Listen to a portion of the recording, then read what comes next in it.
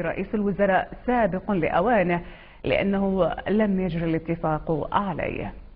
الكتل السياسية التي اتفقت في أربيل على سحب الثقة اتفقت على مبدأ سحب الثقة، وهذا هو إجراء دستوري وإجراء نعتقد أنه إجراء وطني من قبل الكتل السياسية المجتمعة في أربيل والمجتمعة في النجف، وكان الاتفاق على سحب الثقة وهو إجراء من ضمن 3 إجراءات لسحب الثقة عن رئيس الوزراء.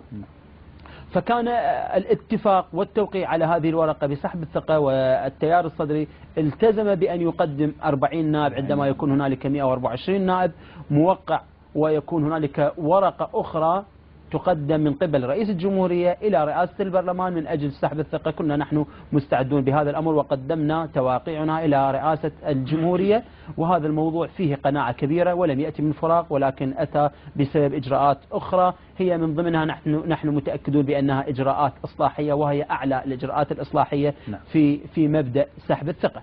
ولكن عندما تكون هنالك إجراءات أخرى وهذه الإجراءات لم يكن فيها اتفاق ولم تكن فيها مداولة أو حوار، فلا يمكن أن تكون ملزمة الاستجواب. نعم، إجراءات أخرى هي منها الاستجواب.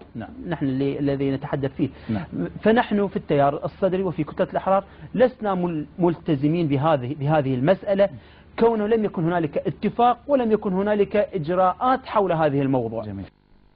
وقال العوادي أن كتلة الأحرار ترى أن الحوار وإبرام الاتفاقيات تحت قبة البرلمان هو الأفضل للخروج من الأزمة الحالية.